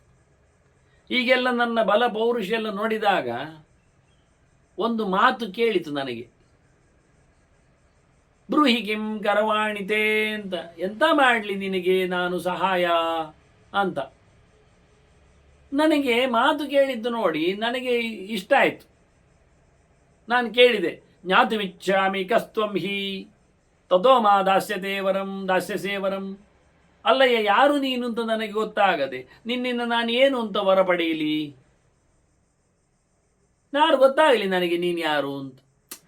ಅದಕ್ಕೆ ಅಲ್ಲಿ ಉತ್ತರ ಬಂತು ನನಗೆ, ಕಾಲೇತ್ವಂ ಮಾ ವಿವೇತ್ಸ್ಯಸಿ, ನಿನಗೆ ಮತ್ತೆ ಗೊತ್ತಾಗ್ತದೆ ಟೈಮಲ್ಲಿ ಅಂತ ಕೇಳಿತು. ನಾನು ಯೋಚನೆ ಮಾಡಿದೆ, ನೀನು ಯಾರು? ದೇವರೋ ದಾನವನು? ನಿನ್ನದು ಇರುವಿಕೆಯೇನು? ನಿಮ್ಮದು ವಿಕಾರ ಕಥೆ ಹೇಗೆ? ಎಂಥದ್ದಕ್ಕೆ ಉತ್ತರ ಕೊಡದೆ ಕಾಲಕ್ಕೆ ಗೊತ್ತಾಗ್ತದೆ ಅಂತ ಹೇಳಿದ ತಕ್ಷಣ ಒಪ್ಪಿಕೊಂಡೆ ನಾನು. ಆಗಲಿ, ಮತ್ತೆ ಗೊತ್ತಾಗ್ತದಲ್ಲ, ಸರಿ ಆಯಿತು ಅಂತ. ಆಗ ಅವನು ಹೇಳಿದ್ದೇನು ಗೊತ್ತುಂಟಾ? ವಾಹನಂ ಭವಮೇ ಸಾಧೋ ವರಂ ದದ್ಮಿ ತವೋತ್ತಮಂ. ನೀ ನನ್ನ ವಾಹನ ಆಗು, ನಿನಗೆ ನಾನು ವರ ಕೊಡ್ತೇನೆ. ಮತ್ತು ಸಖಿತ್ವಮನು ಪ್ರಾಪ್ತ ದುರ್ದರ್ಶಶ್ಚ ಭವಿಷ್ಯಸಿ. ನೀನು ನನ್ನ ಫ್ರೆಂಡ್ ಆಗಿದ್ರೆ ನಿನ್ನನ್ನು ಯಾರು ಮತ್ತೆ ಎಂಥದ್ದು ಮಾಡಲಿಕ್ಕೆ ಆಗುವುದಿಲ್ಲ. ಸರಿ, ನಾನು ಕೈ ಮುಗಿದು ತಲೆ ಬಗ್ಗಿಸಿ ಆಯಿತು ಅಂತ ಹೇಳಿಬಿಟ್ಟೆ. ಎಲ್ಲಿಗೆ ಅಂದರೆ ಶಬ್ದ ಕೇಳಿದಲ್ಲಿಗೆ ತಲೆ ಬಗ್ಗಿಸಿದ್ದು, ಕೈ ಮುಗಿದದ್ದು. ಆಗಲಿ, ವಾಹನ ಆಗಬೇಕು ಅಂದಿದ್ದಾನೆ, ಓಕೆ, ಅದು ಆಗುವ. ಅದರಲ್ಲಿ ನಾನು ಒಟ್ಟಿಗೆ ಇರ್ಲಿಕ್ಕೆ ಹೋಗಿ ನಿನಗೆ ಭಾರಿ ಖುಷಿ ಆಗ್ತದೆ, ಯಾರು ಏನು ಮಾಡೋದಿಲ್ಲ ಹೇಳಿದ, ಅದೊಂದು ಆಫರ್, ಓಕೆ ಆಯಿತು ಅಂದೆ. ಮತ್ತು ನಾನು ಕೇಳಿಬಿಟ್ಟೆ, ಧ್ವಜಸ್ಥೋಹಂ ಭವಿಷ್ಯಾಮಿ, ನಾನು ನಿನ್ನ ಧ್ವಜದಲ್ಲಿ ಇರ್ತೇನೆ ಅಂತ ಹೇಳಿದೆ, ಕೇತುವಿನಲ್ಲಿ ರಥದಲ್ಲಿ ಇದ್ದಾಗ. ಆಯಿತು ಅಂದ ಅವ ನನ್ನನ್ನು ವಾಹನ ಮಾಡಿಕೊಂಡದ್ದು, ಕೆಳಗೆ ಹಾಕಿದ್ದು ಅಂತ ನಾನು ಲೆಕ್ಕಾಚಾರ ಮಾಡಿಕೊಂಡು ನಾನು ಅವನ ಮೇಲಿದ್ದೇನೆ ಅಂತ ಮಾಡಿಕೊಂಡದ್ದು ಅಂತ ಇವರ ತಲೆ. ಇದು ಇನ್ನೊಂದು ಕಡೆಯಲ್ಲಿ ಹೇಳಿಕೊಂಡಿದ್ದಾನೆ ಹಾಗೆ ಅವ. ಆಯಿತು ಅಂದವ. ಮತ್ತೊಂದು ಹೇಳ್ತಾನೆ ಅವನು, ನತೇ ಗತಿ ವಿಘಾತೋದ್ಯ ಭವಿಷ್ಯತಿ. ನಿನಗೆ ಎಲ್ಲಿಯೂ ಯಾವತ್ತೂ ಪೆಟ್ಟು ಬುಡ ಎಲ್ಲ ಆಗುವುದಿಲ್ಲ. ಅಮೃತಮ್ಮಿನ, ನಿನ್ನ ಅಮೃತದೆಡೆಗೆ ಹೋಗುವ ವಿಷಯದಲ್ಲಿ ಬಿಟ್ಟು. ಯಾಕೆ, ಅವನು ಉಪೇಂದ್ರ ಅಲ್ವಾ, ಬೇಕಾದರೆ ಸ್ವರ್ಗದೊಡೆಯದಲ್ಲಿ ಅವನು ಸೇರ್ತಾನಲ್ಲ ಇಂದ್ರನಿಗೆ ಸಹಾಯ ಮಾಡಲಿಕ್ಕೆ. ಅದಕ್ಕೆ ನೀನು ಬಿಟ್ಟುಕೊಟ್ಟದ್ದು. ನಿನ್ನ ಪೌರುಷಲ್ಲೇ ಕೆಲಸ ಆಗಲಿಲ್ಲ. ನಾಳೆ ಯಾರಾದರೂ ಹೇಳ್ತಾರೆ ಮತ್ತೆ, ಅದು ವಿಷ್ಣುವಿನ ಪೌರುಷದಲ್ಲಿ ಅವನು ವಾಹನ ಆಗ್ತೇನೆ ಹೇಳಿದ್ದಕ್ಕೆ ಅವನು ಕೆಲಸಕ್ಕೆ ಸೇರಿಕೊಂಡಲ್ಲ, ಅಲ್ಲಿಂದಲೇ ಶುರು ಅವನಿಗೆ ಮತ್ತೆ ಸಂಬಳ. ಆದ್ರಿಂದ ಅವನು ಅಮೃತ ತಗೊಂಡು ಹೋಗುವಾಗ ವಿಷ್ಣು ಅವನಿಗೆ ಸಹಾಯ ಮಾಡಿದಂತಾಗಿಬಿಡ್ತದೆ. ಅದಾಗಬಾರದು. ಗರುಡ ಸ್ವಂತ ಪವರಲ್ಲಿ ಮಾಡಿದ್ದ, ಅದು ಇಂದ್ರಾದಿಗಳಿಗಿಂತ ಮಿಗಿಲಾಗಿದೆ ಎನ್ನುವುದು ಜಗತ್ತಿಗೆ ಗೊತ್ತಾಗಬೇಕಾದ್ರಿಂದ ದೇವರು ಬಾಯ್ಬಿಟ್ಟು ಹೇಳಿದ, ಅಮೃತದ ವಿಷಯದಲ್ಲಿ ಬಿಡು, ಮತ್ತೆಂದೂ ಸಹ ನಿನಗೆ ಯಾವುದೇ ರೀತಿಯಲ್ಲಿಯೂ ಏನು ಆಗುವುದಿಲ್ಲ ಎನ್ನುವುದು ಪ್ರೆಡಿಕ್ಟ್. ಹಾಗೆ ಇದು ಅವನಿಗೂ ಆಗ್ಬೋದು. ಆನಂತರ ಇದು ಮಾತು ಕೇಳಿದ ನಂತರ ಅಪ್ಪನಲ್ಲಿ ನಾನು ಹೋದೆ. ಅಲ್ಲಿ ಹೋಗಿ ಕೇಳಿದೆ, ಅಪ್ಪ ನನಗೊಂದು ಶಬ್ದ ಸಿಕ್ಕಿತು, ಹೀಗೆಲ್ಲ ವಿಷಯ ಆಯಿತು. ಎಂಥದ್ದು, ಏನು, ಯಾರದು? ಅಪ್ಪ ಹೇಳ್ತಾನೆ, ಎಂಥ ಒಳ್ಳೆ ಮಗ ಮಾರಾಯ ನೀನು ಧನ್ಯೋಸಿ. ಸಂವಾದಕೃತವಾನತಾತ ಗುಹ್ಯೇನ ಪರಮಾತ್ಮನ, ನೀನು ದೇವರ ಜೊತೆಯಲ್ಲಿ ಮಾತಾಡಿದ್ದು ಮಾರಾಯ. ನಿಗೂಢವ, ಹೃದಯ ಗುಹೆಯಲ್ಲಿರುವವ, ಅಂತರ್ಯಾಮಿಯವ, ಪರಮೋಚ್ಚನಾದ ವ್ಯಕ್ತಿಯವ, ಸರ್ವೋತ್ತಮ. ಅವನ ಜೊತೆಯಲ್ಲಿ ನಿನಗೆ ಮಾತುಕತೆ ಆಯ್ತಲ್ಲ ಮಾರಾಯ, ಎಂಥ ವಿಚಿತ್ರ ಮನುಷ್ಯ ನೀನು. ನಾನು ಮಾರಾಯ ಪಕ್ಕ ಸಿಗುವುದಿಲ್ಲ. ಅವನು ಸ್ಥೂಲ ದೃಶ್ಯ ದೃಶ್ಯತೆ ವ್ಯಕ್ತರೂಪಶ್ಚ ಪ್ರಧಾನ ಪ್ರಭವಾಪ್ಯಯ, ಇಡೀ ಜಗತ್ತಿನ ಮೇಲೆ ಕೆಳಗೆ ಮಾಡುವವ, ಸೃಷ್ಟಿ ಸಂಹಾರಗಳಿಗೆ ಕಾರಣ ಇದ್ದಾನೆ, ಪ್ರಕೃತಿಯನ್ನು ಮೀರಿಸುವವನವನು, ಅದಕ್ಕೂ ಚೇಷ್ಟೆ ಬರುವಂತೆ ನಡೆಸುವವ. ಭಯಂಕರ ತಪಸ್ಸಿನಲ್ಲಿ ಮಾತ್ರ ಸಿಗುವುದವನು. ಅದು ಕಾಣ್ತಾನೋ ಕಾಣದೆ ಹೋಗ್ತಾನೋ, ಸ್ಥೂಲವೋ ಅರ್ಥ ಆಗುವುದಿಲ್ಲ. ತಪಸ್ಸೋ ಗ್ರೇಣ ತೇಜಸ್ವಿ ತೋಷಿತ. ನಾನು ಒಂದು ಸರ್ತಿ ಕಂಡಾಬಟ್ಟೆ ತಪಸ್ಸು ಮಾಡಿ ಅವನನ್ನು ಪ್ರೀತಿ ಮಾಡಿಕೊಂಡು ನೋಡಬೇಕು ಅಂತ ಹೊರಟ್ರೆ ವಿಚಿತ್ರವಾಗಿ ಕಂಡಿದ್ದಾನೆ. ಸಾವಿರಾರು ತೋಳುಗಳು, ಮೋರೆಗಳು, ಹೀಗೆ ವಿಶ್ವರೂಪ ಕಂಡು ನಾನು ಬೆರಗಾದೆ. ಸುತ್ತಮುತ್ತಲು ಒಂದು ಸೇರಿದ್ದಾರೆ ಜನ. ಅವನದ್ದು ಅನಿಷ್ಪಂದ ನಿರಾಹಾರ ಸಮಾನ ಸೂರ್ಯ ತೇಜಸ, ಸೂರ್ಯನ ಬೆಳಕಿಗೆ ಸಮನಾಗಿರತಕ್ಕ ಸಾವಿರಾರು ಜನರು, ಕಣ್ಣು ಮುಚ್ಚದವರು, ಊಟ ನಡೆಸದವರು ಸೇವೆ ಮಾಡ್ತಾ ಇದ್ದಾರೆ. ತಮುಪಾಸಂತಿ ಪರಮಂ ಗುಹ್ಯಂ ಅಕ್ಷರಂ ಅವ್ಯಯಂ. ಅದ್ಭುತವಾದ ಪರಮಾತ್ಮನ ಸೇವೆ ಮಾಡ್ತಾ ಇದ್ದಾರೆ. ನಾನು ಅವನನ್ನು ತಲೆಬಾಗಿ ಶರಣಾದೆ. ಶರಣ್ಯಂ ಶರಣಂಗತಃ. ಆಗವ ಹೇಳ್ತಾನೆ, ಹೇಳಿದ್ದು ಕೇಳುತ್ತದೆ ನನಗೆ. ನ್ಯಾಯಸೇ ಮಾಂ ತಥೋ ಬ್ರಹ್ಮನ್ ವಿತಮೋಹಶ್ಚ ತತ್ವತಃ. ನನ್ನ ತಿಳಿಬೇಕಲ್ಲ ನಿನಗೆ, ಗ್ಯಾರಂಟಿ ತಿಳಿದು ಬರ್ತದೆ. ಯಾವಾಗ? ಎಲ್ಲ ಸಂಘ ಪರಿತ್ಯಾಗ ಮಾಡು, ಮೋಹವನ್ನೆಲ್ಲ ಕಳಚಿಕೊ, ಶುದ್ಧಾತ್ಮನಾದಾಗ ಖಂಡಿತವಾಗಿ ನಿನಗೆ ನಾನು ಕಾಣಿಸ್ತೇನೆ ಅಂತ ಹೇಳಿ ಭಗವಂತ ನನಗೆ ಹೇಳಿದ್ದ. ಅವನನ್ನೇ ನಾನು ಯೋಚನೆ ಮಾಡ್ತಾ ಇದ್ದೇನೆ. ಕೊನೆಗೂ ಹೇಳಿದ, ತಮೇವ ಆರಾಧಯ ಕ್ಷಿಪ್ರಂ. ನೀನು ಏನು ಕಂಡೆ ನನ್ನ ವಿಶ್ವರೂಪವನ್ನು, ಅದನ್ನೇ ಉಪಾಸನೆ ಮಾಡು. ಅದರಿಂದ ನೀನು ಖಂಡಿತವಾಗಿ ನನ್ನನ್ನು ಕಾಣ್ತೀಯ. ನಿನ್ನ ಎಲ್ಲ ಬೇಗೆಗಳೆಲ್ಲ ಹೋಗ್ತದೆ, ಮತ್ತು ಯಾವುದೇ ರೀತಿಯಿಂದ ನೀನು ಸೋತು ಬರುವುದಿಲ್ಲ ಅನ್ನುವಾಗಿ ತಪಶ್ಚನ ಸಿದ್ಧಿತದಿ ಅಂತ ಹೇಳುತ್ತಾ ಹೇಳಿದ. ಹಾಗಾಗಿ ನಾನು ಅಪ್ಪನಲ್ಲಿ ಕೇಳಿ ಮತ್ತು ನಾನು ಅಪ್ಪ ಹೇಳಿದ ಹಾಗೆ ತಿಳ್ಕೊಂಡೆ. ಅಲ್ಲಿಂದ ನಾನು ಮತ್ತೆ ಹೊರಟೆ ಅಂತ ಹೇಳಿ ಅಪ್ಪನ ನಂತರದಲ್ಲಿ ಹೊರಟ ಗರುಡ ತನ್ನ ಕಥೆಯನ್ನು ಮತ್ತೆ ಋಷಿಗಳಿಗೆ ಹೇಳುತ್ತಾನೆ, ಭಗವಂತನ ಎಚ್ಚರವನ್ನು ತಿಳಿಸಿಕೊಡಲಿಕ್ಕೆ. ಅದನ್ನು ನಾವು ಮುಂದಿನ ಚಿಂತನೆಯಲ್ಲಿ ಕೇಳುವ. ವಂದನೆಗಳೊಂದಿಗೆ ಶ್ರೀಕೃಷ್ಣ. ನಾರಾಯಣ ನಾರಾಯಣ ನಾರಾಯಣ.